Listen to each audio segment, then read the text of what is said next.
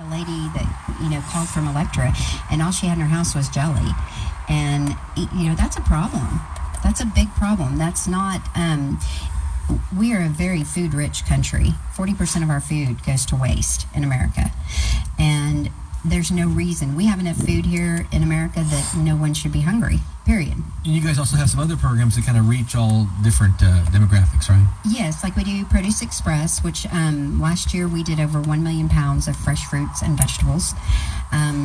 It's taken off pretty quickly as well. And what we do with that, like if we give out eggplant, a lot of people have never even seen an eggplant. So what we do is we put a recipe with it. We put how to cut it, like especially butternut squash. When we gave those out, we had to put how to cut it. They're very difficult to cut.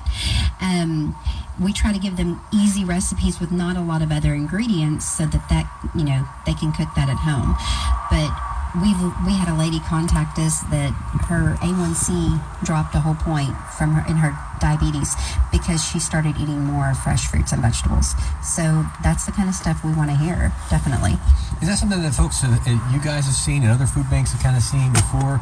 You would just, when they came to the food pantry, they would get their food and the people would be like, oh, what do I do with this? Or, I don't really like spinach, or I've never I can say a personal story. I had a sandwich not too long ago. I happened to be eating the lunch with my mom, and it had spinach on it. My mom said, "You don't eat spinach," and I said, "Well, I do now because it's on the sandwich and it's fine." So, but did you have a lot of that where you really saw education was important on these needs because you were giving them the tools, but they didn't know what to do with it? Correct, and that's where nutrition education came into our mission, and that's actually happening across the United States. Nutrition education has really come to the forefront with everything with food banks. That's where Jessica comes in and does the Cooking Matters. She'll actually meet a group of people at the grocery store that let's say they're on SNAP, which is used to be called food stamps, so now it's SNAP. And she'll meet them there, and she'll tell them the right kind of foods to buy to stretch those SNAP dollars to get healthier foods, how to cook them. It's not just, okay, buy some spinach and go home with it. She'll actually do a cooking demonstration. So we put recipes out a lot. We try to, there's a healthy hub that we have via Feeding America that you can go on there and you can put that you have the 3 ingredients you have in your refrigerator, and it'll give you a recipe to use those 3 ingredients. So there's definitely a large focus on nutrition education. And like you said, somebody who has diabetes might have different dietary needs than somebody who does not, or that type of thing. Absolutely. And not all of our pantries, I know Colonial Church, their pantry has, it's set up to where it's kind of like a grocery store. They can, they take their box and they can walk around to different sections of the pantry, and they actually get to pick what's in their box. I am personally a big fan of that because I think that, that helps to make sure that they're getting what they want. Sometimes it's just not a choice. We get, truckloads of food and we have to get it out. Whether it's broccoli or whether it's bread or it's butter. Yeah. Exactly. Talking with Betsy Moore-Lujan. She's the Marketing Development Director with the Wichita Falls Area Food Bank. This is Closer Look on 90.5 Positive Encouraging KLUF. I'm Joel Reagan. You mentioned having a list of pantries, and I'm sure you pass those out and get information to folks. But if someone's listening here in this 12-county region and they need help, maybe they've never dealt with this before ever, how can you guys help them in some way? Several ways. They can call the food bank directly, so they can call 940-766-2322, and we will, locate the closest pantry to them.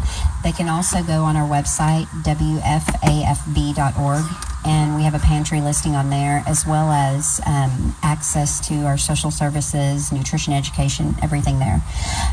Or they can call 211 from a landline, which is through United Way, and there will be someone there on that line that answers it 24 hours a day that can, shoot them to the closest pantry, or if they need utility assistance, they'll help them with that as well. 211 is kind of the one-stop shop there if you have a question about something in that realm. Absolutely.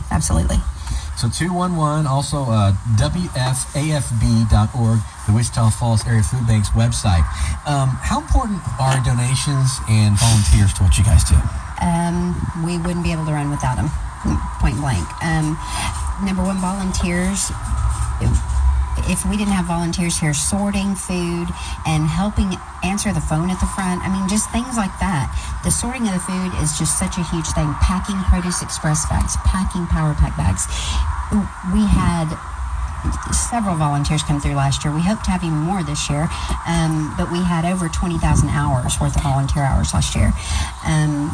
And then donations, again, we can apply for grants, all day, but without our individual donors, that's the backbone of the food bank. That is, and it's people in this community. And I can honestly say, I've only been here a year and a half, but this community comes together, definitely, and they work as one if they need to, and they help all the surrounding counties out. It's definitely a team effort, and we've seen it happen here. Obviously, a lot more attention's paid to it around Thanksgiving and Christmas, the holidays, but the need is a year-round thing, right? It is, and we'll have that influx, during Thanksgiving and Christmas, and then it just drops dramatically over January through March. And then people don't realize summer hits, we have another big, we have people that really need in the summer because the kids are home, they're eating more food, you have to provide daycare in the summer. So that need increases in the summer too. So obviously be thinking about it during the other times of the year, not just Thanksgiving and Christmas. Right, right.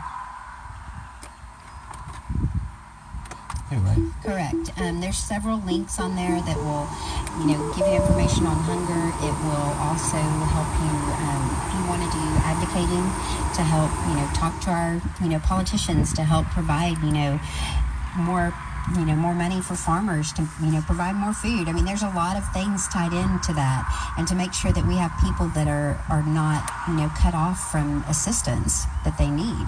So there's advocating information on there, and then as well as any local information to have access. We have social service workers that can help people apply for Medicaid and CHIPS, for SNAP, so they can help them as well.